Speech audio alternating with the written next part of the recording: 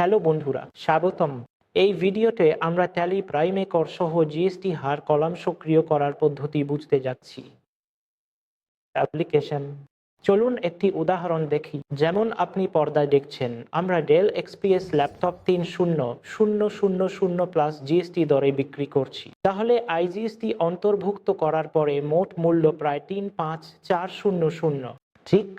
কিন্তু যদি আপনি এই ডেল এক্সপিএসটি 30,000 দামে বিক্রি করতে চান যা জিএসটি সহ, তাহলে আসলে আমি ক্যালকুলেটরটি খুলব। যদি আপনি মোট মূল্য 3,000 পেতে চান, প্রথমে আমাদের 2542372888 এর মান মনে রাখতে হবে। 254237 এর করযোগ্য মান মনে রাখা কঠিন হতে পারে এবং এটি মনে রাখা সহজ হতে পারে। জিএসটি সহ যা 3,000, তাহলে কিছু নির্দিষ্ট ক্ষেত্রে এটি আপনার জন্য সহায়ক হবে। সেই কলামটি সক্রিয় করতে বিক্রয় ভাউচারে F12 চাপুন এবং এখানে একটি বৈশিষ্ট্য সক্রিয় করতে হবে। স্টক আইটেমগুলির জন্য কর সহ হার প্রদান হিসাবে বলা হয়। বৈশিষ্ট্যটি সক্রিয় করুন এবং কন্ট্রোল এ রাইট করুন এবং এখানে আপনি কর সহ হারের স্থানে একটি বিকল্প পাবেন।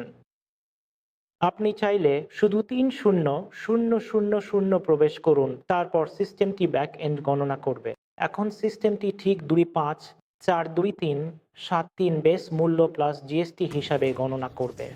তাহলে মোট হার জিএসটি সহ ছিল 3,000। তাই কখনো কখনো এই মানগুলি মনে রাখা কঠিন হতে পারে এবং কখনো কখনো কিছু মনে রাখা সহজ হতে পারে। পণ্যের মূল্যের মধ্যে জিএসটি অন্তর্ভুক্ত। চলুন উদাহরণ দেখি। আমরা নিয়মিত একটি টুথপেস্ট বিক্রি করছি। আমরা একটি টুথপেস্ট 10 বিক্রি করছি, ঠিক?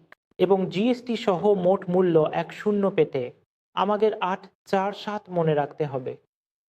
এটি বেস মূল্য প্লাস জিএসটি, তাই মোট মূল্য 10 এবং কখনো কখনো এটি মনে রাখা কঠিন হতে পারে। প্রতিটি পণ্যের জন্য 857 ঠিক এইরকম, তাই না? তাই কিছু পণ্যের জন্য জিএসটি সহ মানগুলি মনে রাখা সহজ হতে পারে। তাহলে আপনি যদি একবার এন্টার চাপেন 10, তাহলে স্বয়ংক্রিয়ভাবে সিস্টেমটি 8 এবং 47 পয়সা গ্রহণ করছে। এটি নয় হচ্ছে এবং আমাদের একটি লেজার অতিরিক্তভাবে যোগ করতে হবে, অর্থাৎ আপনি জানেন রাউন্ড অফ, তারপর স্বয়ংক্রিয়ভাবে যা 10 রাউন্ড করা হবে।